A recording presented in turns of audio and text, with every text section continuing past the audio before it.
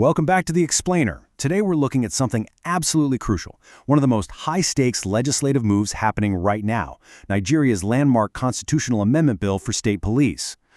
This isn't just some dry, boring piece of legislation. It's literally a battle for the future of how a massive, highly complex nation keeps its own citizens safe. We're going to unpack the brilliant legal arguments, the deep-seated political fears, and the constitutional blueprints that could completely make or break this monumental reform. Okay, let's dive into this. To really wrap our heads around what's happening here, we have to start with a deeply profound question. How do you actually police a fractured nation? That is the central dilemma we're unraveling in this explainer. On one hand, you've got this desperate, undeniable need for local security just to stop rampant crime. But on the other hand, there is a terrifying, very real risk that handing police powers to local politicians could lead to the ultimate weaponization of law enforcement. It's basically a tightrope walk between securing a nation and, well, unintentionally creating private political armies. So to make sense of all this, here is our roadmap for today. 1.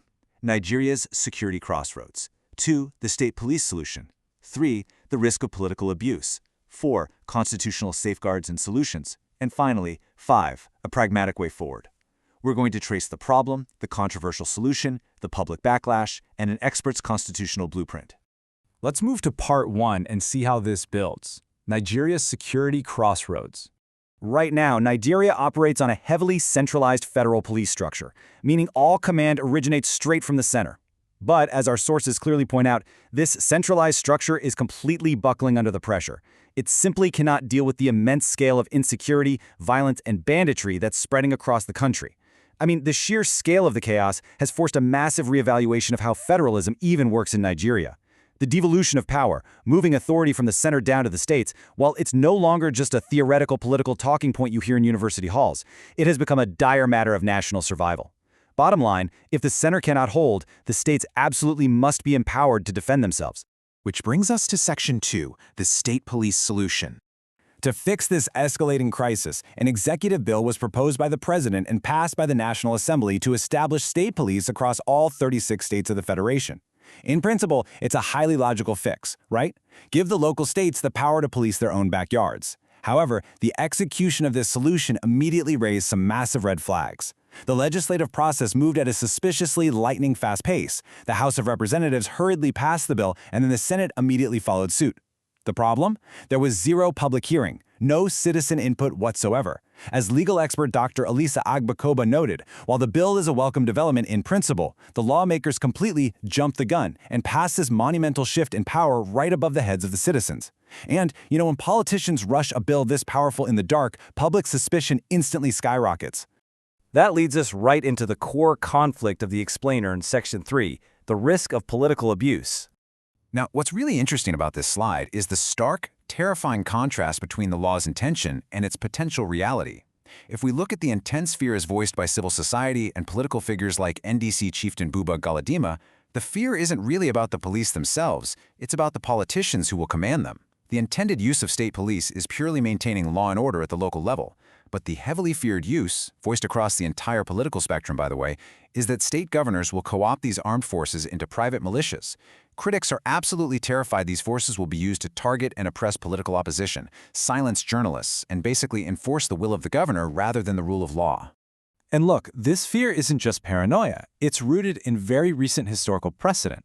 Critics point to other devolved institutions in Nigeria, like the state independent electoral commissions and local government councils. Now, on paper, these are supposed to be independent, devolved bodies. But in practice, they utterly lack institutional independence. They are often entirely swallowed up and controlled by state governors. So the completely logical question to ask here is, if governors already manipulate local elections and councils, what on earth will stop them from doing the exact same thing with a state police force? This skepticism is perfectly captured in the sentiment that by giving governors armed forces, you aren't building a security apparatus, you have just built a new fiefdom. Our sources highlight that the brazenness of politicians over the last 3 years has utterly eroded public trust. When lawmakers can push through massive changes, like altering the entire national anthem in just 2 days without consulting the people, it really fuels the absolute dread that handing over police powers will simply create unchecked armed political emperors in all 36 states. Okay, so let's shift gears to Section 4, Constitutional Safeguards and Solutions. So are we just hopelessly deadlocked here? Well, not necessarily. Senior advocate of Nigeria and former NBA president Dr. Olisa Agbakoba insists that state police are absolutely vital, but they cannot exist without strict constitutional firewalls. And this brilliantly illustrates how looking outward can solve internal crises. He points to South Africa's constitution, specifically their Chapter 9 institutions. These are constitutional entities categorized strictly as institutions supporting democracy. Think electoral commissions, the judiciary, and yes, state police. The brilliance of this model is that they operate with absolute, strict institutional independence written directly into the Constitution, completely insulated from executive overreach. Nigeria, he argues, must adopt this exact constitutional architecture. So, what does this actually look like in practice? It means building specific, impenetrable firewalls around the state police. First, their funding has to be guaranteed by the Constitution, completely outside the control of the state executive. That way, a governor literally cannot defund them for disobedience. Second, commanders must have absolute security of tenure. And third, the appointment and removal processes must be completely removed from the governor's hands. A state governor cannot be allowed to simply appoint, sack, or dictate the salary of a police commander, because if they can, well, the police instantly become a mere appendage of the governor's office. To really hammer this home, Dr. Agbakoba uses a brilliant legal analogy from Nigeria's current system. Right now, the president of Nigeria can fire the inspector general of police at will, but the president cannot fire the chief justice of Nigeria at will. The judiciary has architectural protection. Dr. Agbakoba argues that state police commanders must be legally insulated with the exact same architectural protection currently afforded to the Nigerian judicature. Now, yes, critics rightly point out that even the judiciary safeguards are sometimes flawed and bypassed by rogue actors, but structurally speaking, it's a vastly superior shield against political interference. Let's move to our final section. Section 5, a pragmatic way forward. Bringing all these threads together, we have to synthesize two totally opposing realities here: the desperate necessity of the reform versus the massive danger of the politicians actually implementing it. So the crucial point is this: we are essentially dealing with a pragmatic gamble. Dr. Agbakoba acknowledges the critics' fears. He readily admits that even with the absolute best constitutional firewalls, an irate, mad politician could still try to cause anarchy. But his ultimate stance is one of pragmatic survival. The country is on its knees right now. The centralized federal police just cannot keep the people safe. Therefore, a potentially flawed but constitutionally insulated state police command is arguably a much better gamble than sticking with a federal structure that is already failing entirely. You kind of have to take the chance, put in the insulations, and fight for a safer nation. Ultimately, this entire debate forces a mirror onto the nation itself. The sources remind us of a profound historical question asked by the late Nnamdi Azikiwe: do we want to be one country?